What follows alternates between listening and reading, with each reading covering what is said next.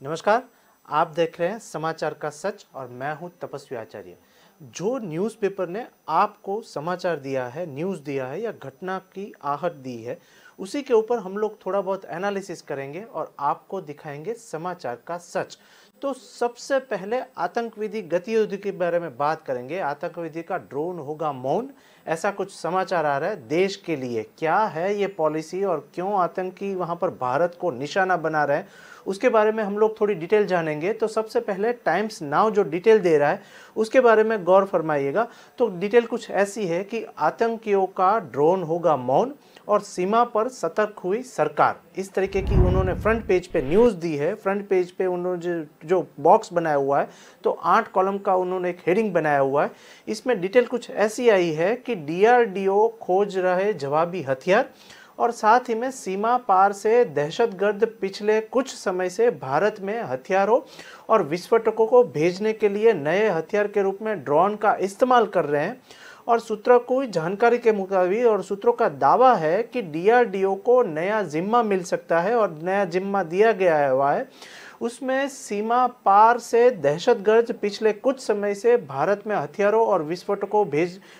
को भेजने के लिए नए पुराने वहां पर हथियार के रूप में एक ड्रोन का इस्तेमाल कर रहे हैं, ऐसा टाइम्स नाउ लिख रहा है। उसने क्यों ये लिखा हुआ है उसके बारे में थोड़ी बहुत हम लोग छानबीन करें या डिटेल समझे, तो उन्होंने कुछ ऐसा लिखा हुआ है कि हथियार के रूप में ड्रोन का इस्तेमाल हो रहा है और साथ ही साल 2021 से कम 15 बार ड्रोन की मदद ली गई है। डिटेल कुछ ऐसी है कि 15 बार ड्रोन की मदद से हथियार,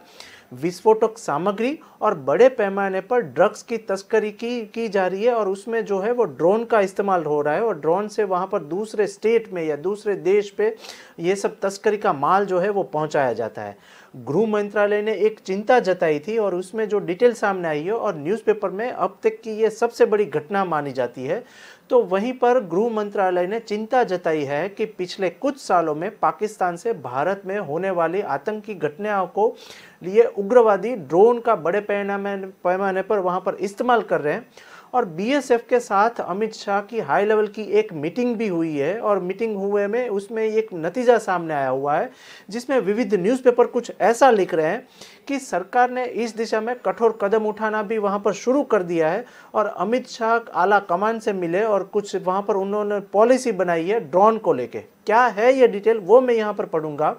तो सूत्रों का दावा ऐसा है कि डीआरडीओ को इन ड्रोन से निपटने के लिए एक बीएसएफ के लिए एक कारगर और अचूक हथियार को वहां पर जिम्मा सौंपा गया हुआ है। किस तरीके से ये कारगर निवड़ेगा, ये डिटेल जो दी है न्यूज़पेपर ने वो मैं यहाँ पर डिटेल दूं। तो सुरक्षा एजेंसियों का कहना है कि जम्मू में 182 किलोमीटर लंबी अंतर्राष्ट्रीय सीमा के पार पाकिस्तान से हथियारों और विस्फोटकों को लाने वाला ड्रोन का मुकाबला करने की कोशिश लगातार जारी है। इसी बीच श्रीनगर में बुधवार को वहां पर सुरक्षा समिति की बैठक में शीर्ष सुरक्षा और खुफिया प्रमुख के सामने गृह प्रधान अमित शाह वहां पर साथ में रहे थे और उनके साथ डिटेल में बातचीत हुई और चिंता जाहिर की कि सीमा पर ड्रोन सी गतिविधियों में वृद्धि हुई है। हालांकि बीएसएफ ने वो भी बताया कि हम लोग उसका कड़ा सामना कर रहे हैं और डिटेल कुछ ऐसी सामने दी कि जम्मू सेक्टर में पाकिस्तान के साथ अंतर्राष्ट्रीय सीमा की देखरेख वहां पर करता है। उन लोगों का मानना ऐसा है कि वहीं और पाकिस्तान से भी हथियार, गोला बारूद और विस्फोटक ले जाने वाला ड्रोन को वहां पर पीछा हटाने की और नाकामयाब कोशिश भी वहां पर कर रहे हैं। पाकिस्तान जो है वो ड्रोन की मदद से वहां पर काफ़ी कुछ गतिविधियां वहां पर करती रहती है और रिकॉर्डिंग भी वहां पर होता रहता है। डिटेल जो सामने वो उस तरीके की आई है कि इससे उलट राज्य पुलिस और खुफिया एजेंसी के डेटा इनका दावा है और उन्होंने दावा किया हुआ है कि सुरक्षा एजेंसियों के डेटा को वहां पर पता चलता है कि 2020 में जम्मू, सांबा, कठुआ और राजौरी में ड्रोन गतिविधि की 6 घटना में हथियार से बरामद हुए थे और इसी बीच 2020 में बरामद किए गए हथियार थे तो उसमें 7 एके सिरिंज राइफलें थी, 9 पिस्तौल वहां पर पकड़ी गई थी, 2 MP4 कार्बन वहां पर पकड़े गए थे और 5 कार्बाइन वहां पर मैगजीन जो है वो और 10 उच्च स्तरीय विस्फोटक सामग्री और ग्रेनेड वहां पर पकड़े गए थे। इसी के साथ 2021 से 15 बार घुसपैठ को वहां पर पकड़ा गया था और 2021 में सांबा में 5, जम्मू कश्मीर में 6 और राजौरी सेक्टर में 1 सहित ड्रोन की 12 गतिविधियों का पता चला था और उसको नष्ट करने की वहां पर जो इंडियन पुलिस है वहां पर कड़ी कार्यवाही करेगी। डिटेल जो दूसरी आई है कि वह बरामदगी के बाद 7 ऐसे वहां पर खुफिया वहां पर पॉइंट थे, वहां पर पुलिस ने तकेदारी ली है और वहीं पर 27 पिस्तौल, 25 उच्च विस्फोटक हाथ गोले और 22 तत्कालिक विस्फोटक उपकरण वहां पर शामिल थे। और इस साल ड्रोन की गतिविधियों की 3 घटनाएं वहां पर पहले से ही हो चुकी है। इसमें टाइम्स नाउ कुछ ऐसा लिख रहा है कि जिनमें से 2 जम्मू सेक्टर में वहां पर, एक कठुआ सेक्टर में और दूसरा जो है वो बरामदगी पिस्तौल और ऐसी कुछ गतिविधियां जो है वो ड्रोन से इंडिया में लाई जाती है और उस पर अब कड़ी कार्यवाही भी होगी और उस पर नज़र भी रखेंगे। तो अब देखना ये रहेगा कि अमित शाह ग्रुप प्रधान जो आला कमान से मिले हैं, वहाँ पर पुलिस ऑफिसर से मिले हुए, तो उसके लिए नतीजा क्या आता है और जम्मू सेक्टर में वहाँ पर आतंकवादी गतिविधियाँ होती है उसमें क्या वो कड़े नियम बनाते हैं। अब बात करते हैं दूसरे न्यूज़ की तरफ। अब बात करते हैं हम लोग प्रधान सेवक नरेंद्र मोदी की। तो आज का दिन कुछ खास है, आज की साल जो है वो नरेंद्र मोदी और भाजपा सरकार के लिए कुछ खास है। तो एक डिटेल जो सामने आई है वो कुछ ऐसी है। वहीं पर दिल्ली की वहाँ पर टाइम्स नाउ और उसके साथ दैनिक जागरण न्यूज़पेपर है, उन्होंने कुछ डिटेल लिखी है कि 7 अक्टूबर का आज की तारीख प्रधान नरेंद्र मोदी जो है वो प्रधान सेवक नरेंद्र मोदी के जीवन की एक महत्वपूर्ण तारीख है। 15 साल पहले आज ही के दिन उन्होंने गुजरात राज्य की बागडोर थामी थी और इन 15 सालों में साबरमती नदी का बहुत सा पानी वहां पर बह गया है। डिटेल कुछ ऐसी सामने आई है, क्यों ऐसा लिखा हुआ और क्यों आज का दिन नरेंद्र मोदी और बीजेपी सरकार के लिए खास है, ऐसी वहां पर गुजरात समाचार ने एक डिटेल लिखी है, वो यहाँ पर एनालिसिस करे। तो डिटेल कुछ ऐसी है कि गुजरात के रास्ते से मोदी आज दिल्ली पहुंचे थे और करीब 30 साल के गठबंधन युग के बाद पहली बार देश में पूर्ण बहुमति की सरकार बनी है। डिटेल जो कुछ आई है वो इसका पूरा श्रेय प्रधान सेवक नरेंद्र मोदी को जाता है और साथ ही में 7 अक्टूबर 2001 को वहां पर पहली बार मुख्यमंत्री पद की शपथ ली थी नरेंद्र मोदी ने 7 अक्टूबर 2001 को। इसके बाद दूसरी डिटेल ये है कि भूकंप के बाद राज्य के तत्कालीन मुख्यमंत्री केशुभाई पटेल के खिलाफ काफी असंतोष भड़कने लग गया था गुजरात में। वहीं और केशुभाई को हटाने की भी बातचीत चल रही थी, तब उनके स्थान पर नरेंद्र मोदी को वहां पर बिठाया गया और 1996 में शंकर सिंह के खिलाफ बगावत के बाद गुजरात में मोदी के पुनरागमन की बात असंभव लगने लगी थी। इसी बीच 5 साल ही में मोदी गुजरात के नाथ बनकर वहां पर वापस आए और पार्टी में बगावत की धमकी देने वाले केशुभाई और मोदी के हाथ के नीचे काम करने से इनकार करने वाले सुरेश भाई मेहता तथा गुजरात के भाजपा के तत्कालीन अध्यक्ष राजेंद्र सिंह राणा मोदी की शपथ ग्रहण समारोह में उन्हें चुनौती देने के लिए वहां पर तैयार हो गए थे।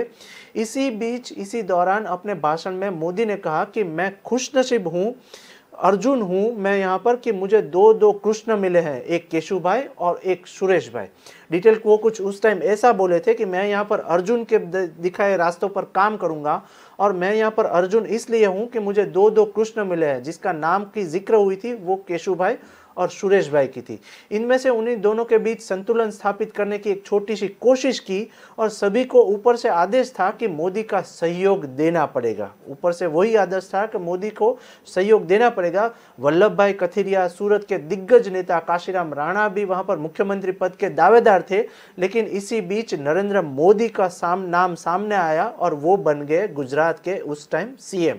उसी के साथ सौराष्ट्र के केशुभाई का विकल्प माने जाने वाले तत्कालीन वित्त मंत्री वजुभाई वाला उनके साथ वहां पर के लिए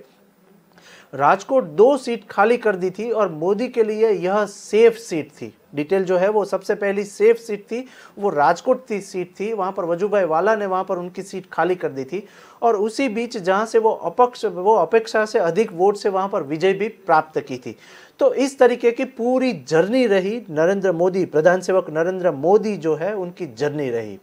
तो अब बात करते हैं तीसरे न्यूज़ की ओर और सबसे बड़ी देश के लिए और इंटरनेशनल सेक्टर के लिए भी सबसे बड़ी न्यूज़ की बात करें, तीसरी न्यूज़ की बात करें तो रूस और यूक्रेन युद्ध की बात करनी है। पिछले 4 दिन से ये न्यूज़ जो है वो कांस्टेंट न्यूज़पेपर पर वायरल हो रही है। इंटरनेशनल न्यूज़ में भी यहाँ पर ये न्यूज़ सबसे बड़ी वायरल हुई है कि रूस और यूक्रेन के युद्ध की अब क्या बात होगी। वहाँ पर टाइम्स नाउ ने एक आर्टिकल लिखा हुआ है, उसके लास्ट पेज का हम जिक्र करें तो टाइम्स ऑफ इंडिया ने लास्ट पेज के ऊपर रूस और यूक्रेन के युद्ध की बात की है। वहीं न्यूयॉर्क टाइम्स ने एक सबसे बड़ी बात करी है और जो बाइडेन की बात न्यूयॉर्क टाइम्स ने लिखी हुई है।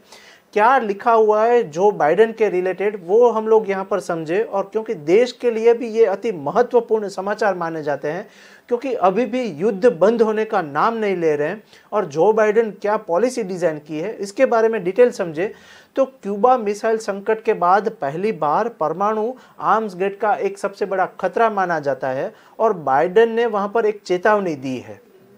क्या चेतावनी दी है वो टाइम्स नाउ जो लिख रहा है और वो न्यूयॉर्क टाइम्स ने जो डिटेल दी है वो मैं यहाँ पर पढ़ूंगा और वो सबसे बड़ी समझने वाली न्यूज़ होगी। डिटेल कुछ ऐसी आई है कि संयुक्त राज्य अमेरिका की आसान सीमा के भीतर क्यूबा में वहाँ पर सोवियत संघ द्वारा मिसाइलों की तैनाती के कारण परमाणु गतिरोध का वहाँ पर उल्लेख करते हुए जो बाइडेन ने एक धमकी दी है और जो बाइडेन ने कहा है कि क्यूबा मिसाइल संकट के बाद पहली बार हमें परमाणु हथियारों का उपयोग सीधा खतरा दिख रहा है। वहां पर उनको खतरा दिख रहा है और हथियारों के उपयोग का सीधा खतरा है। उसके बीच जो बाइडेन ने जो डिटेल दी है और उन्होंने वहां पर संबोधन करते हुए जो बोला हुआ है वो कुछ ऐसा बोले कि अमेरिकी राष्ट्रपति रूस के और यूक्रेन के बीच जारी युद्ध के बीच पहली बार परमाणु आर्म्स ग्रेडेड खतरे की चेतावनी दे रहे हैं। और डिटेल कुछ ऐसी आई है कि उन्होंने एक भाषण के दौरान कहा कि क्यूबा मिसाइल संकट के बाद से आर्म्स एड के वहाँ पर एक सबसे बड़ा वहाँ पर जोखिम है और उन्होंने कहा कि वह यूक्रेन संघर्ष में रूसी राष्ट्रपति वहाँ पर व्लादिमीर पुतिन के वहाँ पर ऑफ रैप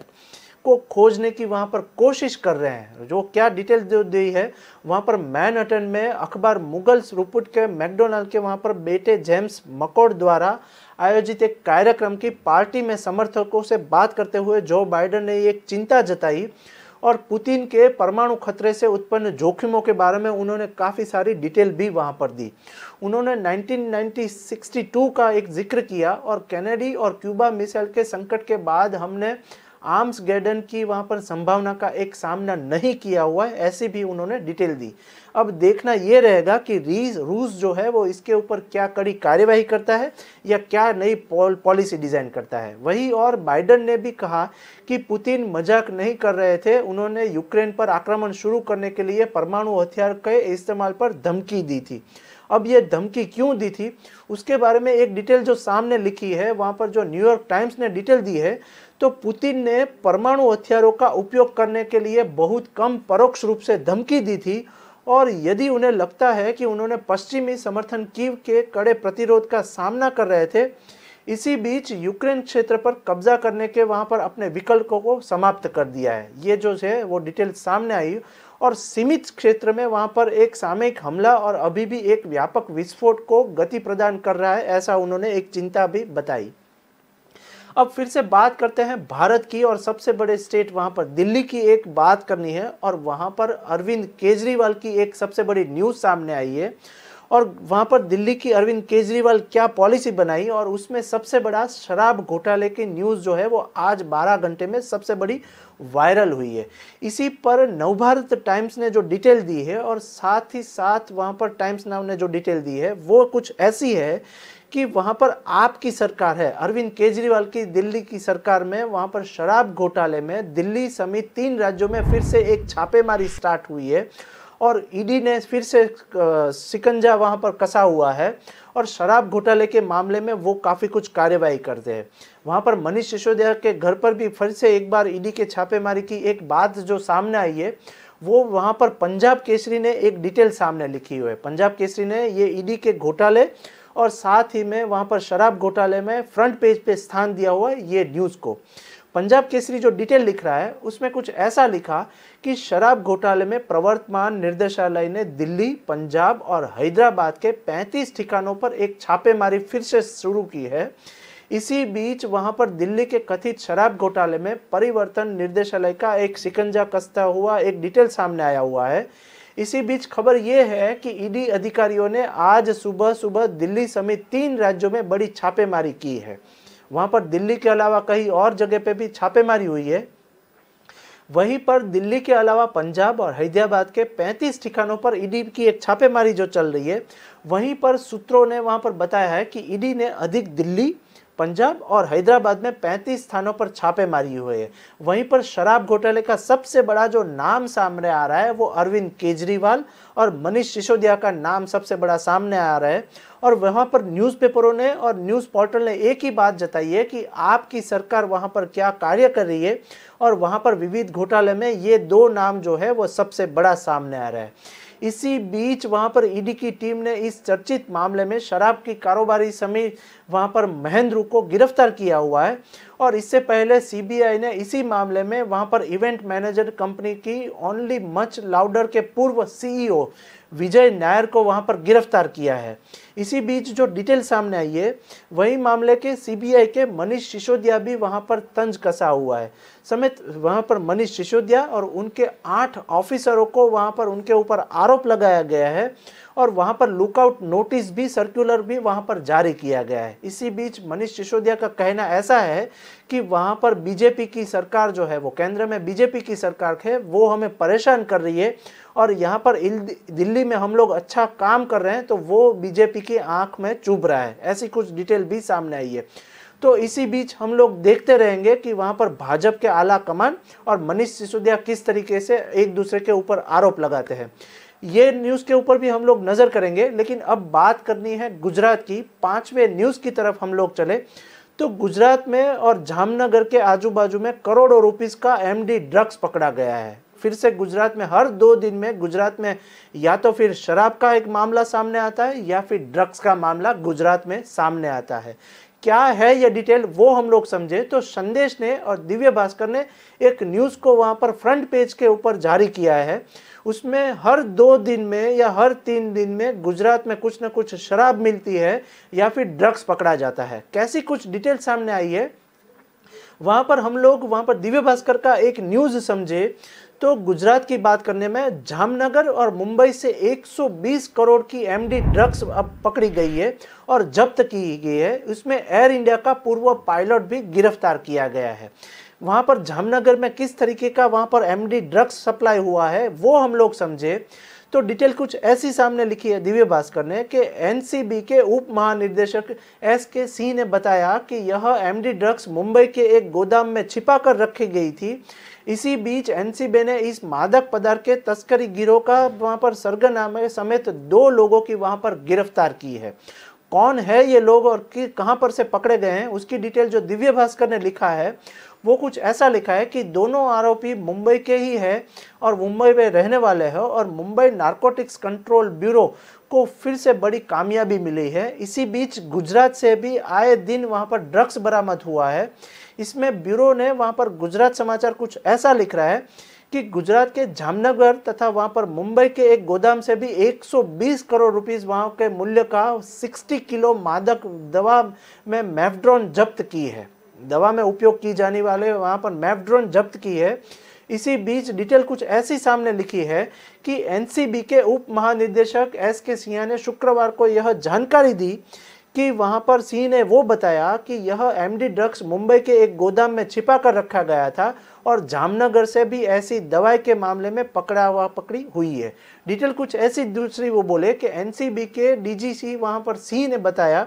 कि आरंभ में जामनगर की नौसेना की खुफिया इकाई के एमडी ड्रग्स की खरीद की फिरौती वहां पर हो रही थी जामनगर के आजू बाजू के डिस्ट्रिक्ट तालुका गांव में। इसी बीच जाने की जानकारी दी थी कि वहां पर एमडी ड्रग्स जामनगर में पहुंच रहा है। तो वो जानकारी के मुताबिक इस सूचना पर एनसीबी ने वहां पर नेवल इंजीनियर जो है एजेंसीज ने वहां पर यूनिट को साझा रूप से वहां पर काम किया और इस सूचना पर 10 लाख किलोग्राम का वहां पर एमडी ड्रग्स भी अब जब्त हुआ है। डिटेल जो क्या है वहीं पर आरोपी सोहेल गब्बर का एयर इंडिया का वहां पर पायलट था उसको गिरफ्तार कर लिया है। डीजीसी ने बताया कि जामनगर में गिरफ्तार 2 में से एक आरोपी की पहचान सोहेल गब्बर नाम हुआ है और 2016 में भी वो उनको पकड़ा गया था और 2016 से 18 के बीच एयर इंडिया का यह पायलट भी रह चुका है। आरंभिक दौर की जांच में पता चला है कि जामनगर व मुंबई में जब्त मादक पदार्थ के मामले में ये तार कहीं पर कहां से जुड़े हुए हैं वो पता नहीं चला हुआ है, लेकिन गुजरात में आए दिन ऐसे ड्रग्स की सप्लाई होती है और युवा धन जो है वो बर्बाद होता जाता है। बताया जाता है कि एमडी ड्रग्स का एक कुल वजन जो है वो 60 किलोग्राम वहां पर है और अंतरराष्ट्रीय बाजार में इसकी कीमत करीब 120 करोड़ रुपीस मानी जाती है। अगस्त में पालघर में भी ऐसी कुछ वारदात हुई थी और वहां पर से भी एमडी ड्रग्स पकड़ा गया था। उसी बीच कच्छ में भी ऐसा एमडी ड्रग्स जो है वो आए 3 दिन में एक बार वो वहां पर पकड़ा जाता है। किस तरीके का वहां पर कारोबार होता है, इसमें मुंबई पुलिस ने पड़ोसी पालघर जिले में 1400 करोड़ रुपीस का वहां पर एमडी ड्रग्स पकड़ा गया था और गुजरात से भी ऐसा 1000 करोड़ रुपीस का वहां पर एमडी ड्रग्स आए दिन पकड़ा जाता है। इसी बीच अब देखना यह रहेगा कि गुजरात की पुलिस और गुजरात में भाजपा सरकार है वो कार्यवाही करती है, क्या कार्यवाही करती है, क्योंकि वहां पर गांधी का गुजरात माना जाता है। गुजरात में दारूबंदी है, इसी बीच वहां पर ड्रग्स आए दिन 2 दिन में पकड़ा जाता है। तो भूपेंद्र भाई की सरकार, अभी जो डबल इंजन की सरकार बोलते हैं लोग, वो क्या कार्यवाही करते हैं। अब एक दूसरे न्यूज की तरफ चले और दूसरे स्टेट की तरफ हम लोग चले तो एक WHO का एक सबसे बड़ा निर्देशन हुआ है और उसमें इंटरनेशनल ये न्यूज़ मानी जाती है और उसमें भी एक चौंकावनारा एक किस्सा सामने आया हुआ है। इसमें कफ सिरप के स्वाद के में बढ़ाई गई एक, उसमें भी ड्रग्स का मामला सामने आया हुआ है और WHO ने एक निर्देशन जारी किया हुआ है। क्या है ये न्यूज़ और क्यों कफ सिरप को बैन किया गया है, इसकी डिटेल हम लोग समझे तो 66 बच्चों की जान गई है एक कफ सिरप को पीते हुए। डिटेल कुछ ऐसी आई है और WHO ने काफ़ी चिंता जताई है। वहाँ पर गाम्बिया में एक मौत हुई है, उसमें 66 बच्चों की मौत की पुष्टि हुई है। भारत में बने हुए 4 कफ सिरप को एक अलर्ट किया गया है और WHO बोला कि इनके 2 कंपाउंड जानलेवा है, उनके जो 2 इंग्रेडिएंट्स है वो जानलेवा है और ऐसा WHO ने वहाँ पर लिख के दिया हुआ है। वर्ल्ड हेल्थ ऑर्गेनाइजेशन ने बुधवार को भारत की फार्मास्यूटिकल कंपनी को बनाए 4 कफ सिरप को लेकर एक अलर्ट जारी किया हुआ है।